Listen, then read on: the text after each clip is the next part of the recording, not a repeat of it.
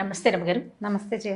రమగారు, పిల్లలకి సంబంధించి వాళ్ళకి కొంచెం ఒంట్లో బాగోకపోయినా లేకపోతే బాగా చదువుకోవాలన్నా భయపడుతున్నా మనం రకరకాల మంత్రాలు లేకుంటే చదువుకోవాల్సిన ఏదైనా దేవుడికి సంబంధించిన ఒక 2 లైన్లు పద్యాలు అలాంటివి నేర్పిస్తూ ఉంటాము.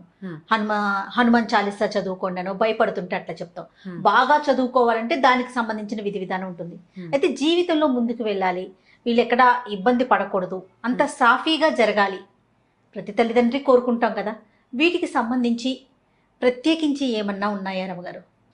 అంటే ఇప్పుడు మామూలుగా మంత్రాలు అనుష్ఠానాలు అందరూ చేయలేరు కదా జయ. ఫలానా మంత్రం, ఆ మంత్రం చెప్పడం నాకే తెలీదు. మంత్రాలు అనగానే వాటికి ఒక విధి విధానం, ఒక రకంగా పాటించాలి, ఒక నియమం, తర్వాత ఏమో గురువు దగ్గర నుంచి ఉపదేశం చాలా ఉంటాయి. అవన్నీ చేయలేకపోతాం. మనం తేలిగా ఏం చేస్తాం, శుక్లాంబరతనం నేర్పిస్తాం, ఇక ఆంజనేయ స్వామి మనోజవం నేర్పిస్తాం, దండకం నేర్పిస్తాం, వినాయకుడికి ఏవో 4 పద్యాలు నేర్పిస్తాం. అయితే తల్లులు చేసేందుకు ఒక మంచి ప్రక్రియ ఒకటి ఉంది జయ.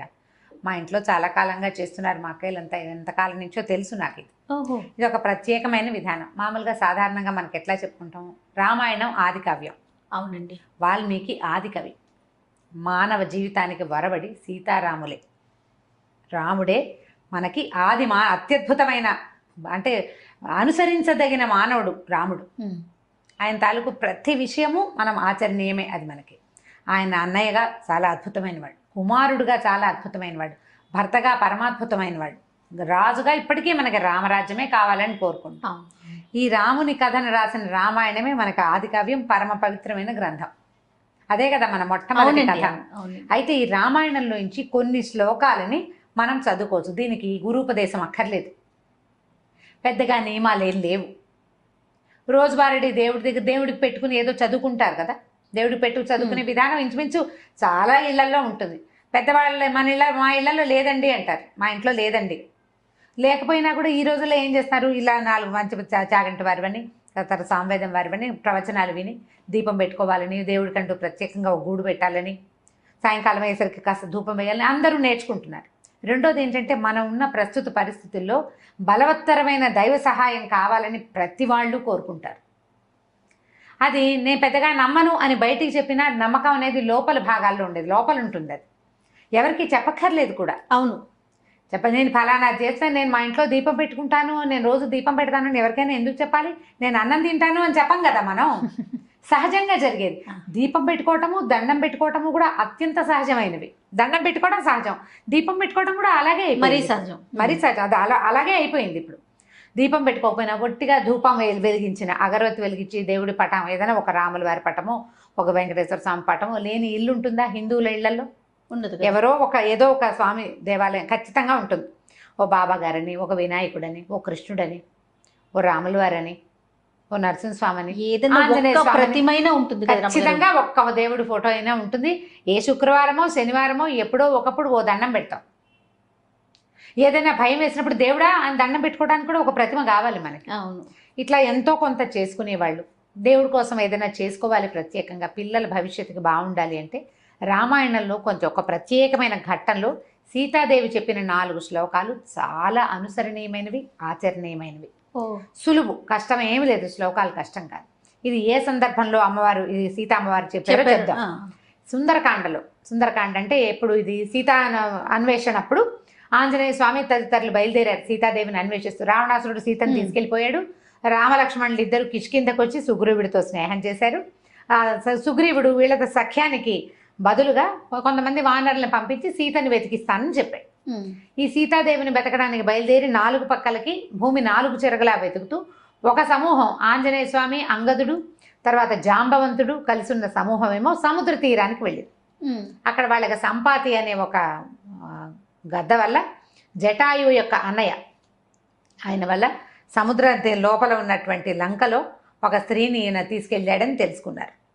అక్కడి నుంచి ఏం చేశాడు ఆంజనేయ స్వామి, మిగిలిన వాళ్ళంతా మేము ఇది దూకగలము, దాటగలము అని ఒక్కొక్కళ్ళు చెప్తున్నారు.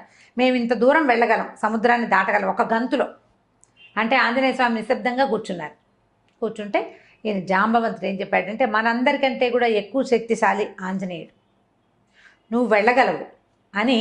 ఈయనకి ఈ కిష్కింద కాండలోనే ఇదంతా ఉంటుంది. సుందరకాండ స్టార్టింగ్ ఏంటంటే, ఆంజనేయ స్వామి తన శక్తిని జ్ఞాపకం చేసుకుని ఇక్కడి నుంచి ఎగిరి లంకానగర ప్రవేశం చేయటం.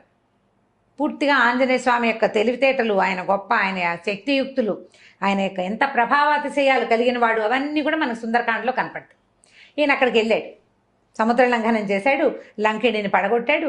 అశోకవనంలో సీతాదేవిని చూసి ఇప్పుడు రాజును చూడాలి, ఈ లంకకి రాజు ఎవడో అతన్ని కలుసుకోవడం కోసం అశోకవనాన్ని ధ్వంసం చేసేసాడు.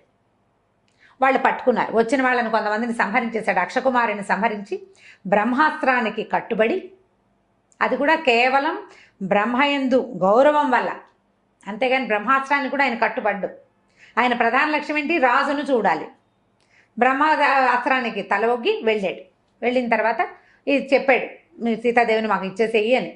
రావణాసురుడు ఒప్పుకోవాలి, చంపేయమన్నాడు. అయితే దూతోన వచ్చే అని చెప్పాడు విభీషణ్. దూతను చంపకూడదు అంటే నిజం, చంపకూడదు. అయితే ఇది వచ్చింది దూత మానవుడు కాదు, వానరం. వానరానికి ప్రధానమైనది ఏమిటి? తోక. ఆ వాలానికి నిప్పంటించండి, దీని రోగం కుదురుతుందన్నాడు ఆయన. ఈ వచ్చిన ఆంజనేయుడిని ఒకడు సముద్రం మొత్తాన్ని లంఘించి 100 యోజనాలు దాటగలిగిన వానరం సామాన్యమైనది కాదన్న ఇంగితం పడలేదు రావణాసురుడు. వ్యామోహం అలాంటిది. వ్యామోహం, తన శక్తి మీద ఆయనకున్న అపారమైన విశ్వాసం, నమ్మకం, దాంతో తోకకి నిప్పంటించారు. ఈయన ఏం చేశాడు? తన తోకకి నిప్పంటితే ఊరుకోకుండా లంకకి నిప్పంటించాడు. ఎప్పుడైతే ఈ వచ్చిన కోతికి, అశోకనవనాన్ని పాడు చేసిన కోతికి తోకకి నిప్పంటించారని తెలిసిందో సీతాదేవి వెంటనే అగ్నిదేవుణ్ణి ప్రార్థించింది. ఇది ఎక్కడుందంటే సుందరకాండలో 53వ సర్గలో ఉంది. 28, 29, 30, 31 4 శ్లోకాలు. ఈవిడ ప్రార్థించింది అగ్నిదేవుణ్ణి. ఇది పిల్లలకి ఎట్లా కనెక్ట్ చేస్తారు అంటారు ప్రశ్న. ఇప్పుడు ఆవిడ అగ్నిదేవుడిని ఏమని ప్రార్థించిందంటే, ఆంజనేయుడు పట్ల చల్లగా ఉండు అని.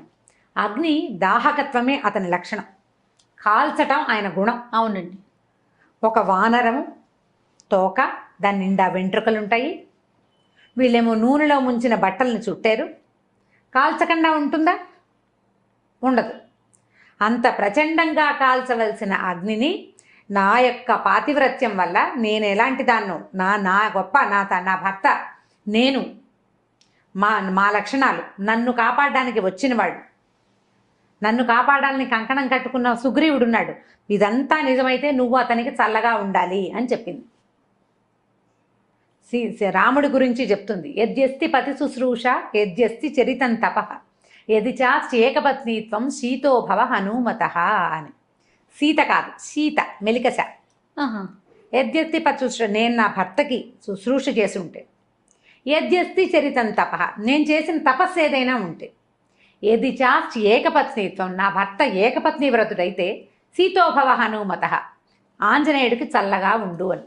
ఎట్లాంటిది? రాముడి క్యారెక్టర్, సీతాదేవి క్యారెక్టర్.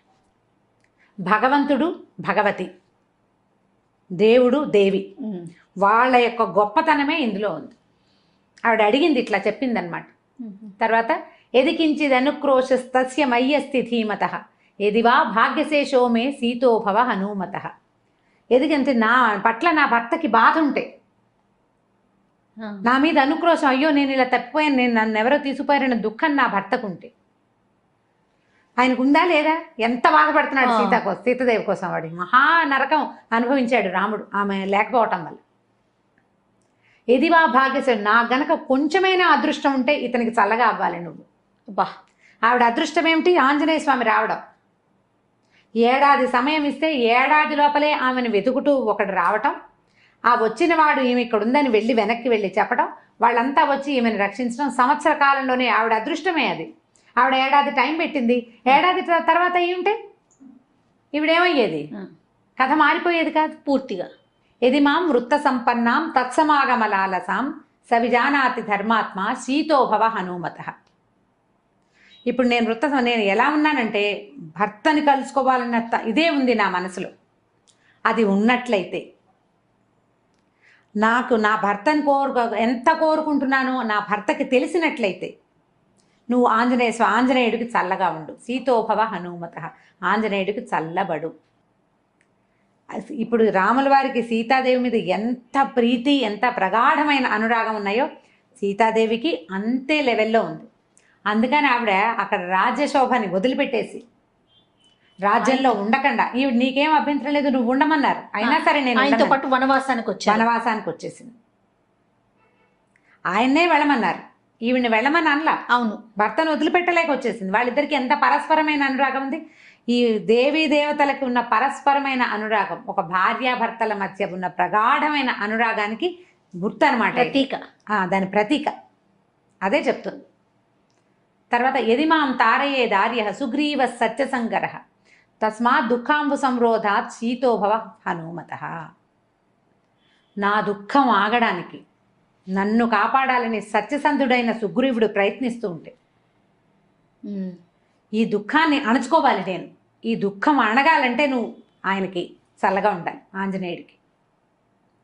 నా దుఃఖం పోవాలంటే సుగ్రీవుడు వచ్చి నన్ను రక్షించాలి.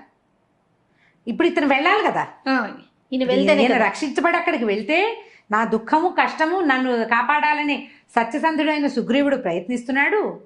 ఇది జరగాలంటే నువ్వు చల్లబడు అని అగ్నిదేవుణ్ణి ఆజ్ఞాపించింది, ప్రార్థించినట్టు చెప్తారు. ఆవిడ ప్రార్థించింది కానీ అది ఒట్టి ప్రార్థన కాదు, ఆజ్ఞ. నేను పతివ్రతని, నువ్వు ఆగు అంటే ఆగాలి. నేను పతివ్రతనైతే, నా భర్త ఇట్లాంటి వాడైతే, మా ఇద్దరికి పరస్పరమైన అనురాగం ఉంటే, నాకు అదృష్టం ఉంటే, అంటే ఉన్నాయి ఉన్నాయి ఉన్నాయి ఉన్నాయి అని ఒప్పుకోవాలి. చెప్పకనే చెప్తున్నారు. ఇవన్నీ ఉంటే నువ్వు చల్లగా ఉండాలి అని ఆమె అగ్నిదేవుణ్ణి ప్రార్థిస్తే తోకకి చుట్టబడినటువంటి అంత అగ్ని సమూహం ఉన్నా లంకంతా కాల్చేశాడు కానీ ఆయనకి ఏమీ కాలేదు, కసుగంధ లేదు, చల్లగా ఉంది తోక. ఆయనకి మండుతున్న తోకని నీటిలో ముంచి చల్లార్చుకున్నారు కానీ బాధ ఏమీ లేదు, ఆయనకి చల్లగానే ఉంది. అగ్నిని ఆర్పారు కానీ బాధ కాదు. ఈ 4 శ్లోకాలని తల్లులు గనక చేసుకుంటే, ప్రత్యేకంగా కుమారులకని చెప్పబడింది కానీ సంతానం కోసం, అమ్మాయిలు కానీ అబ్బాయిలు కానీ పిల్లల భవిష్యత్తు పట్ల, వాళ్ళు ఎక్కడికైనా వెళ్తే అక్కడ ఏదైనా ప్రమాదాలు ఎదురవుతాయన్న భయం ఉన్నా, పిల్లల తాలూకు సెటిల్మెంట్ మీద మనకి భయాలు అవి ఉండి జాతకాల్లో ఇబ్బందులు ఉన్నాయని, లేకపోతే అవకాశాలు రావట్లేదని బాధలు అవి ఉన్నా కూడా ఇది అలవాటు చేసుకోవాలి. ఇన్నిసార్లు చదవాలన్న నియమం లేదు. నియమం పెట్టుకోవడానికి ఒక చిన్న పద్ధతి ఉంది, కావాలంటే చెప్తాను అది కూడా. రోజువారీ మనం చదువుకునే స్తోత్రాల్లో ఈ 4 శ్లోకాలు చదువుకోండి. చాలా సింపుల్. 53వ సర్గలో ఉన్నాయి. తప్పకుండా 28, 29, 30, 31 డిస్క్రిప్షన్ బాక్స్లో పెడదాం ఈసారి. లాస్ట్ టైం పెట్టలేదని అందరు అడిగారు. ఈ శ్లోకాలు 4 వితౌట్ మిస్టేక్స్ పెడదాం తప్పకుండా. సో ఇవి గనక చదువుకుంటే పిల్లల భవిష్యత్తుకి భయం ఉండదు, భద్రత ఉంటుంది. భగవంతుడు వాళ్ళ వెనకాల నిలబడి కాపాడతాడు. రామాయణంలో ప్రతి అక్షరము మంత్రమేనని చెప్తారు. ప్రతి శ్లోకానికి దానికి ప్రత్యేకమైన శక్తి ఉంది. ఈ 4 శ్లోకాలకి ఉన్న శక్తి ఏంటంటే కాల్చవలసిన అగ్ని చల్లబడిపోవటం. అగ్ని చల్లబడిపోయిందంటే చూడండి, ఇప్పుడు సీతాదేవి ఆంజనేయ స్వామి కోసం కోరింది, ఒక తల్లి కుమారుడు కోసం కోరింది. అట్లా మనం గనక మన పిల్లల కోసం కోరుకుంటే ఈ పని అవుతుంది. ఒకవేళ మనకి ఏదైనా ప్రత్యేకమైన సమస్య అలా ఉందనుకోండి, 40 రోజులు పెట్టుకోండి. అది ఎట్లా చేయాలంటే ఈ పిల్లల జన్మ నక్షత్రం నాడు మొదలుపెట్టి 40 రోజుల పాటు రోజుకి ఇన్నిసార్లు అని, అది మీరు 11 సార్లు పెట్టుకోవచ్చు, 21 సార్లు పెట్టుకోవచ్చు, 40 సార్లు కూడా పెట్టుకోవచ్చు. ఈ 40 రోజులు అయిన తర్వాత ఎక్కడైనా ఒక ఆంజనేయ స్వామి దేవాలయంలో పానకం చేయించటము, ఏ వడమాల వేయించటము, ఆకుపూజ చేయించటము, అట్లా ఏదైనా చేసుకోవచ్చు. నిత్యము ఇట్లా 40 సార్లు అట్లా ఎక్కువ సార్లు చేస్తారనుకోండి, ఓ చిన్న గ్లాసు బల్ల పానకాన్ని నివేదనగా పెట్టండి ఆంజనేయ స్వామికి. చాలా ఫలితం లభిస్తుంది. వీటితో పాటుగా శ్రీరామనామాలు చదువుకోండి. ఇవి చదివాక శ్రీరామ జయరామ సీతారామ అట్లా తారక మంత్రాన్ని కనుక చదువుకుంటే ఎక్కువ సార్లు మంచి శాంతిగా ఉంటుంది, చాలా ఉపయోగపడుతుంది. ఇప్పుడు మనం ఎలా అంటే ఇలా ఏదైనా ఒక శ్లోకాన్ని ఒక స్తోత్రాన్ని సొంత విషయాల కోసం వాడుకోవచ్చా అని ప్రశ్న వస్తుంది సాధారణంగా. తప్పకుండా వాడుకోవచ్చండి. మహర్షులు మనకు అందించింది మన జీవితాలు బాగుపడటం కోసమే.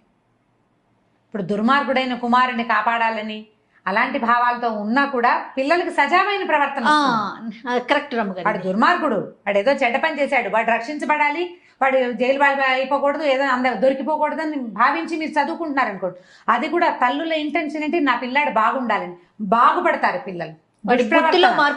దుష్ప్రవర్తన ఉన్న పిల్లల కోసం కూడా ఇది తల్లులు గనక చేస్తే వాళ్ళ ప్రవర్తనలో కూడా మార్పులు వస్తే చాలా ఉపయోగపడుతుంది. మనకి పూర్వం నుంచి పెద్దవాళ్ళు చెప్తున్నదే రామాయణ అంతర్గత శ్లోకాలు ఇట్లా చాలా చోట్ల మనకు చెప్పబడతాయి. ఇది ఎక్సలెంట్గా పిల్లలకి సహాయకారిగా ఉంటుంది, తల్లులకి మనోధైర్యాన్ని ఇస్తుంది. ఆలోచించి చేసుకోండి నిదానంగా. చాలా అద్భుతమైన విషయం చెప్పారు రమ్మగారు. నమస్తే. నమస్తే చెయ్యి.